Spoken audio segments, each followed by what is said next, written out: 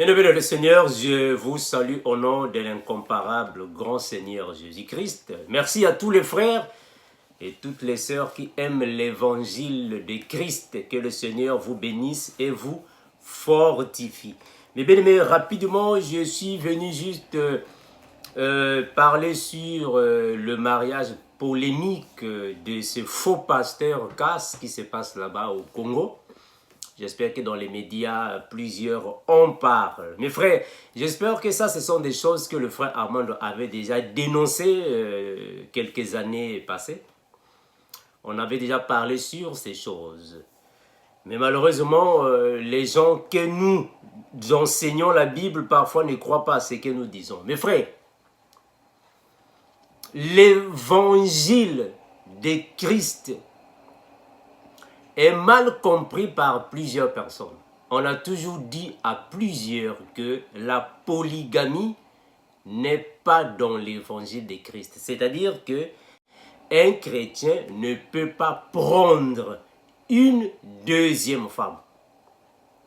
Un chrétien qui est déjà marié, tu ne peux plus prendre une deuxième femme.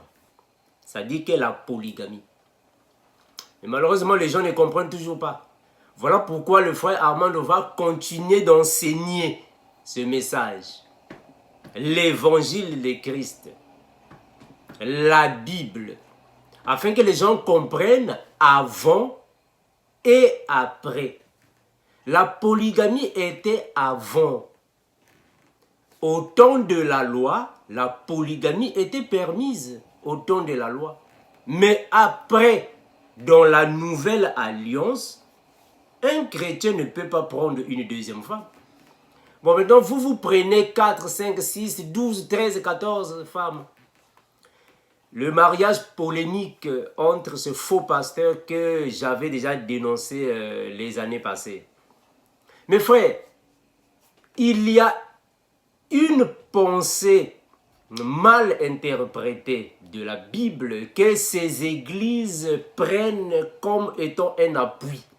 C'est 1 Roi, chapitre 1er, le verset 1 à 4. Ça, c'est le faux côté de ce verset biblique, soit de ce passage. La mauvaise interprétation de ce passage. Vous voyez ce qui se passe?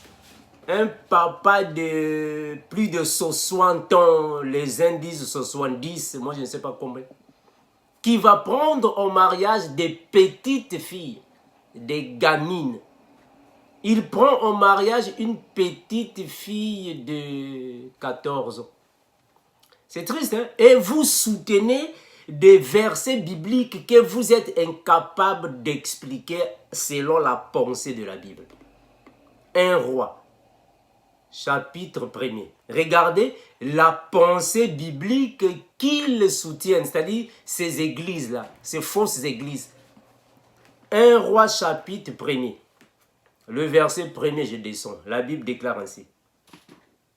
Le roi David était vieux, hein, comme le pasteur Cass. Le pasteur Cass est déjà vieux. Mais il va prendre une gamine de 14 ans. Oh non, dans la Bible, c'est écrit. Le roi David était vieux, avancé en âge. On le couvrait de vêtements et il ne pouvait se réchauffer. Ses serviteurs lui dirent que l'on cherche pour mon seigneur le roi une jeune fille vierge. Qu'elle se tienne devant le roi, qu'elle le chauffe, le soigne, et qu'elle couche dans ton sein, et mon seigneur le roi se réchauffera. Le verset 3.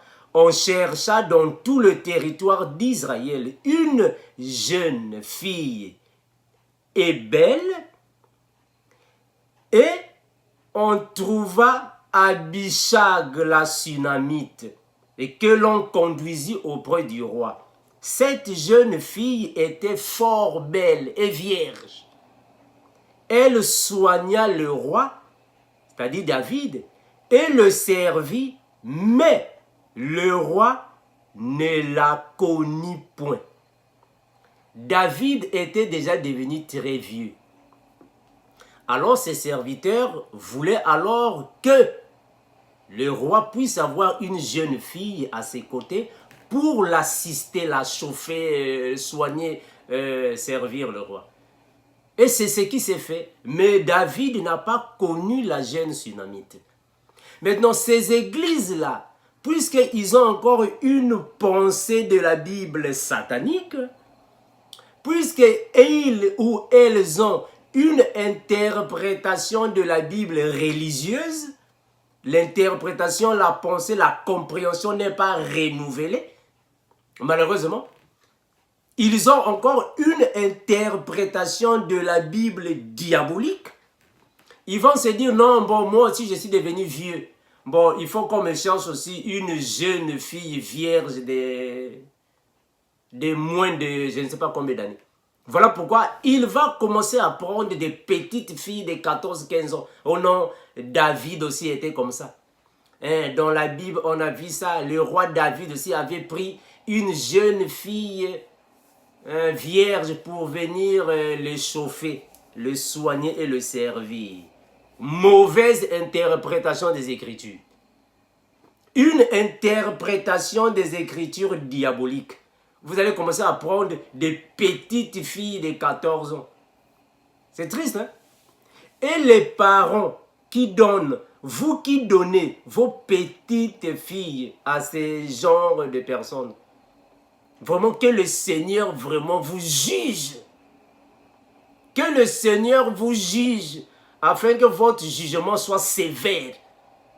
Parce que vous êtes en train de détruire la vie de ces jeunes filles-là. Une petite fille de 14 ans, c'est elle que vous allez donner à l'autre, à un pasteur de 70 ans. Elle ira à l'école à quel âge? La petite fille-là, après 20 ans, comment est-ce que sera sa vie? Une petite fille de 14 ans, après 20 ans, sa vie sera comment?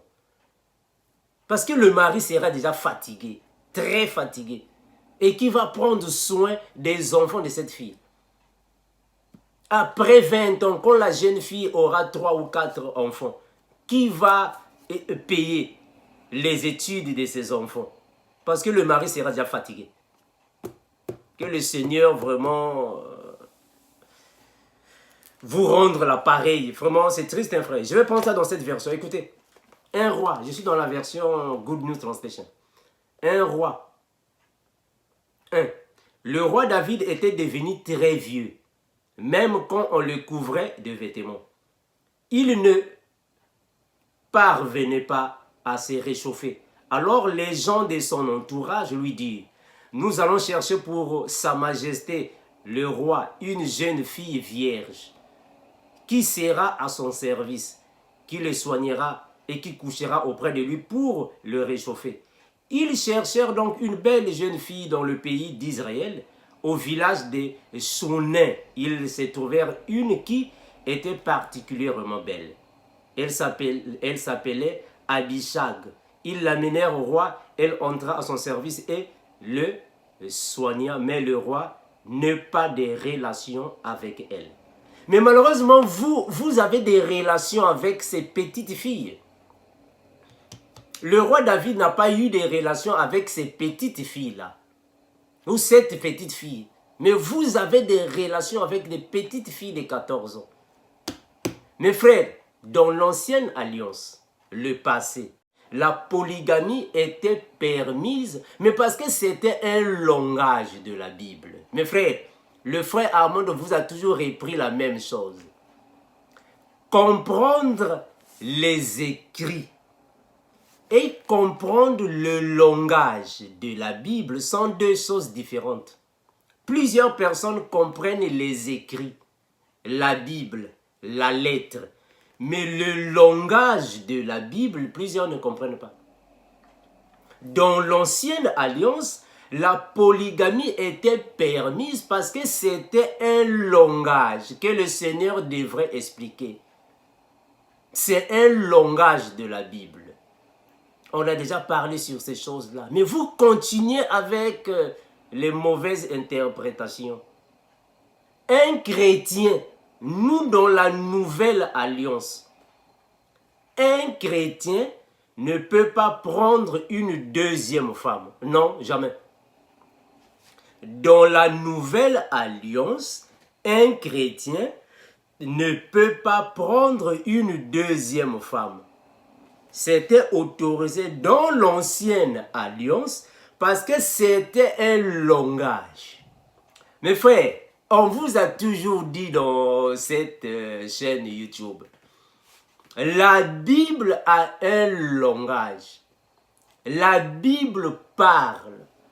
Donc, il faut comprendre le langage de la Bible. Voilà pourquoi Salomon avait 1000. Mais la Bible dit, un jour est comme 1000. 1000 est comme un. On vous avait déjà dit ça. C'est un langage de la Bible. Donc, le millénium est comme un jour pour le Seigneur Dieu. C'est un jour. Mais un jour pour lui, c'est 1000. Langage de la Bible. Voilà pourquoi Abraham devrait prendre Sarah et après Agar. C'est un langage, frère. Donc, il ne faut pas voir les choses comme ça à la lettre. C'est un langage. Pourquoi il a pris Agar et après il va prendre... il a pris Sarah en premier et après il va prendre Agar. Mais c'est un langage de la Bible. Pourquoi Osée doit prendre une femme prostituée pour avoir les enfants de la prostitution, le langage de la Bible? Pourquoi David doit avoir les femmes? Et Dieu avait même dit à David, David, il fallait me dire, moi, j'allais te donner encore d'autres femmes. Je vais chercher ça. Mes frères, le langage de la Bible, vous fait défaut. Je vais chercher ça, écoutez. Là où Dieu est en train de dire à David que lui-même, il était capable de lui donner. 2 Samuel. 2 Samuel chapitre 1, 8. Je vais rapidement lire ça. 2 Samuel. Non, je vais prendre 2 Samuel chapitre 12, le verset 8. Écoutez.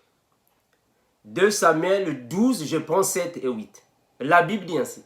2 Samuel 12, 7, 8. La Bible dit ainsi. Et Nathan dit à David, tu es cet homme-là. Ainsi parle l'Éternel, le Dieu d'Israël. J'étais oint pour roi sur Israël. Et j'étais délivré de la main de Saoul. Ça, c'est le Seigneur qui parle par le prophète Nathan. J'étais mis en possession de la maison de ton maître. J'ai placé dans ton sein les femmes de ton maître. Et j'ai t'ai donné la maison d'Israël et de Juda. Et si cela eût été peu, j'y aurais encore ajouté.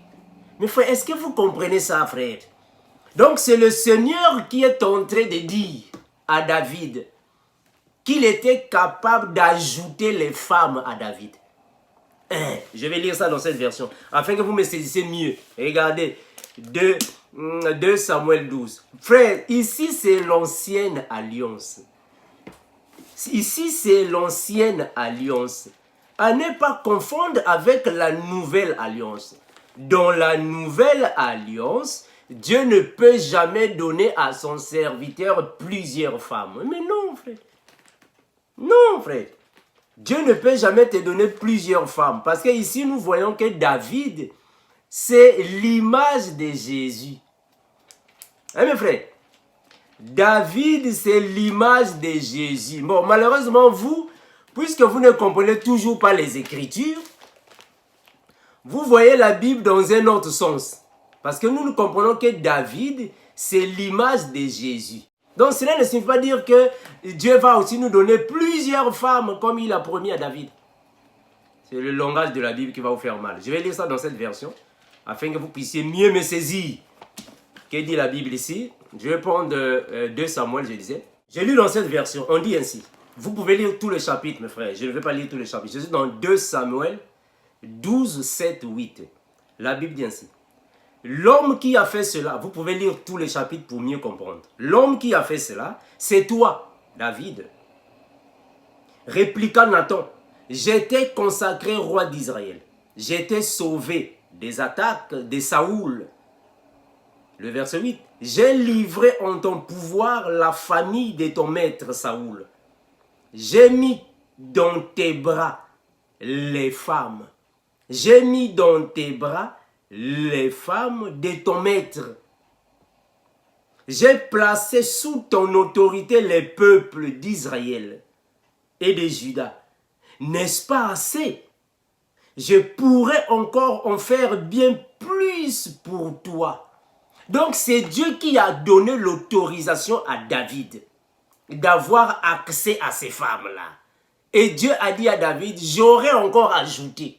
Ainsi tu m'avais demandé, je suis capable d'ajouter encore les femmes. C'est Dieu qui permet à David.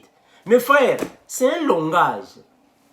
Quand Dieu est en train de permettre à David d'avoir accès aux femmes, quand Dieu permet à David d'avoir alors cette autorisation vers les femmes, quand Dieu est en train de promettre à David les femmes, c'est un langage. David, c'est Christ Jésus. Les femmes, ce sont les disciples de Jésus. Les femmes symbolisent les disciples de Jésus. Toutes les femmes de Salomon, c'est l'Église. C'est l'Église qui est soumise à Salomon, qui est le Christ. Ce ne sont que les symboles, frère. Donc aujourd'hui, vous ne pouvez jamais nous dire que nous, chrétiens, on peut prendre une deuxième femme. Non, frère. Mais bien, vraiment que le Seigneur vous aide. Vous interprétez mal la Bible et à cause de ça, maintenant, vous avez des problèmes avec le gouvernement. Mes frères, vraiment que le Seigneur vous aide afin d'avoir le renouvellement de la compréhension des Écritures. Si vous n'avez pas le renouvellement de la compréhension des Écritures, mes frères, vous allez rester seulement sur la lettre. La lettre. Il nous faut le renouvellement. Voilà pourquoi je vous ai dit, il y a plusieurs aînés dans la foi qui ont compris la lettre. Mais la Bible, le langage de la Bible, frère, ça fait encore défaut dans la religion. Ça fait défaut. Parce que nous comprenons que nous, chrétiens, nous ne pouvons pas prendre une deuxième femme. Un chrétien ne peut pas prendre une deuxième femme. Non. Ça, c'était dans la loi. C'est un langage. Le Seigneur voulait expliquer quelque chose. C'est un langage. Parce que tous les prophètes qui prenaient 2, 3, 4, 5 femmes, soit les rois, comme vous pouvez alors le constater, qui prenaient même les femmes païennes, ils symbolisent Jésus-Christ. Une femme signifie tout simplement l'épouse de Christ.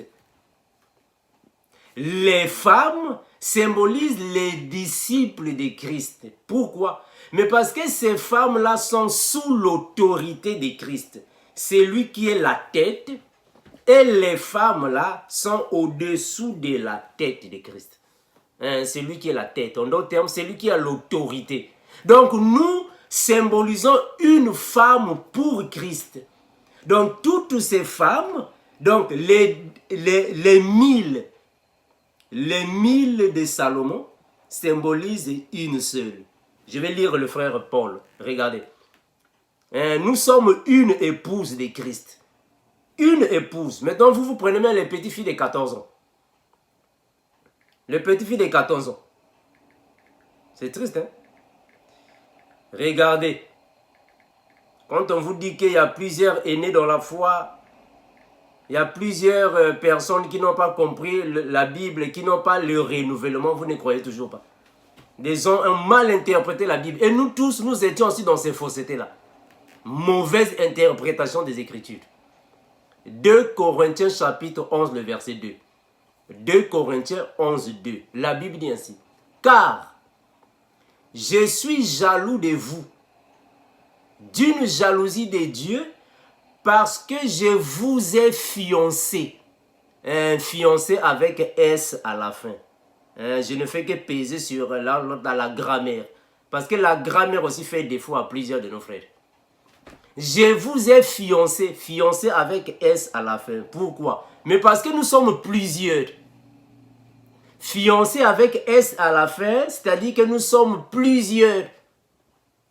Mais il nous a fiancés à un seul époux pour nous présenter à Christ comme une seule vierge. Donc nous qui sommes plusieurs, voilà pourquoi fiancé avec S à la fin, parce que nous sommes plusieurs, mais en réalité, nous symbolisons une seule. Donc les 1000 de Salomon, les femmes et les concubines, vous connaissez déjà l'histoire, symbolisent une seule vierge à Christ. Donc nous qui sommes plusieurs disciples, voilà pourquoi il a dit dans la Bible, faites de toutes les nations mes disciples. Or, tous les disciples de Jésus symbolisent une seule épouse. Voilà, ça c'est l'explication des Écritures. C'est ça la polygamie, et qui était dans l'ancienne alliance. Donc plusieurs signifie un seul.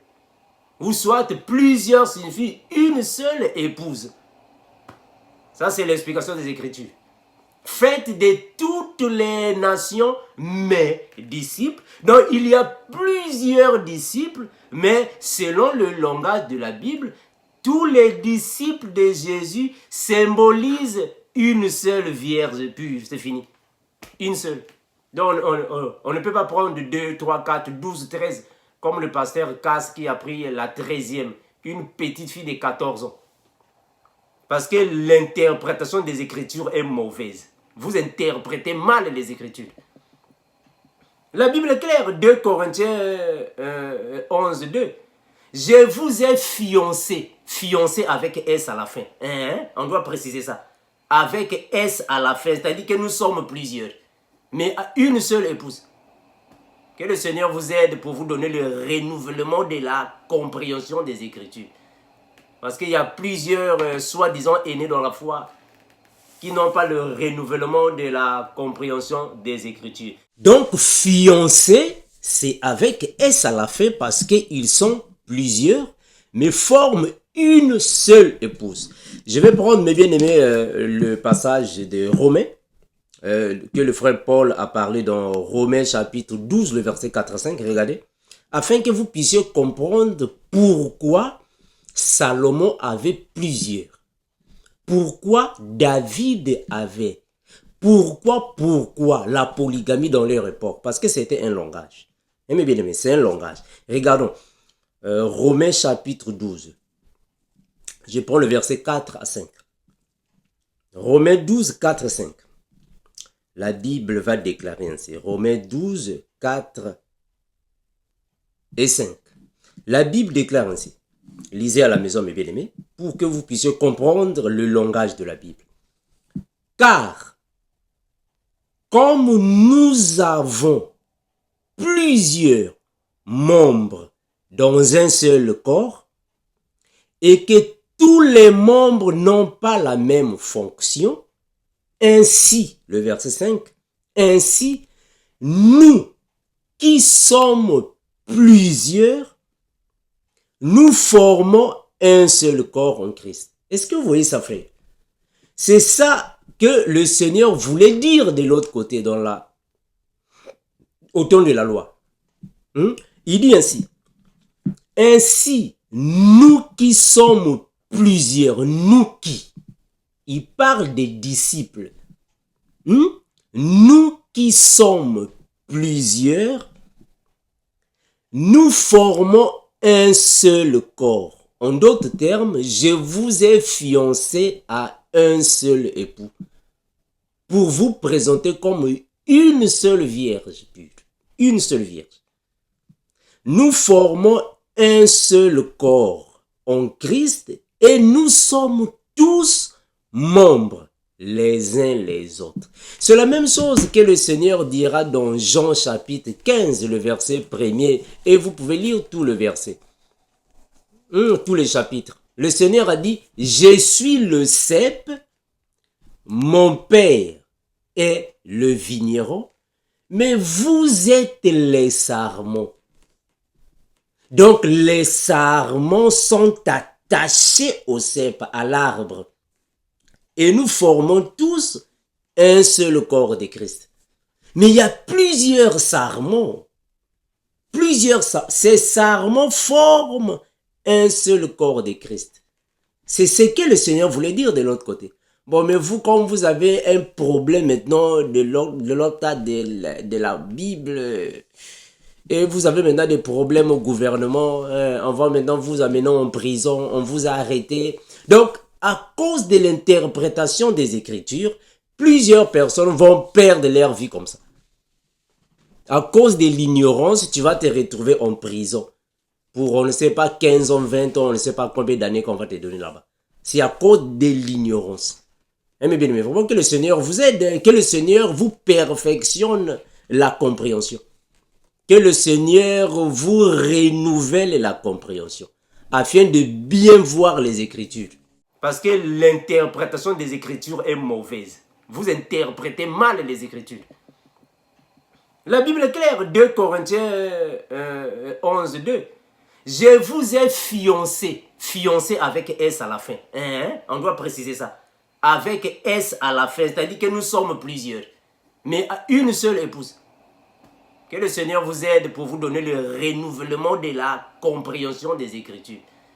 Parce qu'il y a plusieurs, soi-disant, aînés dans la foi qui n'ont pas le renouvellement de la compréhension des Écritures. Que le Seigneur vous bénisse, vous protège, vous garde, vous sanctifie, vous perfectionne, vous édifie, vous taille encore, vous renouvelle l'intelligence, la sagesse, le discernement et la compréhension des Écritures, afin que nous soyons tous conformes au langage de Christ Jésus. Comme nous disons, et nous continuerons de vous le répéter, Maranatha. L'incomparable Seigneur Jésus-Christ revient bientôt. Bye. Ça, c'est notre nouvelle chaîne YouTube, Les Disciples Éveillés TV. Donc ici, mes frères, nous allons continuer d'enseigner le message du renouvellement de la compréhension des Écritures, le ministère de l'Esprit du temps de la grâce. Donc c'est ici, mes frères, les disciples éveillés de Christ TV, que le frère Armando va alors continuer de poster les vidéos.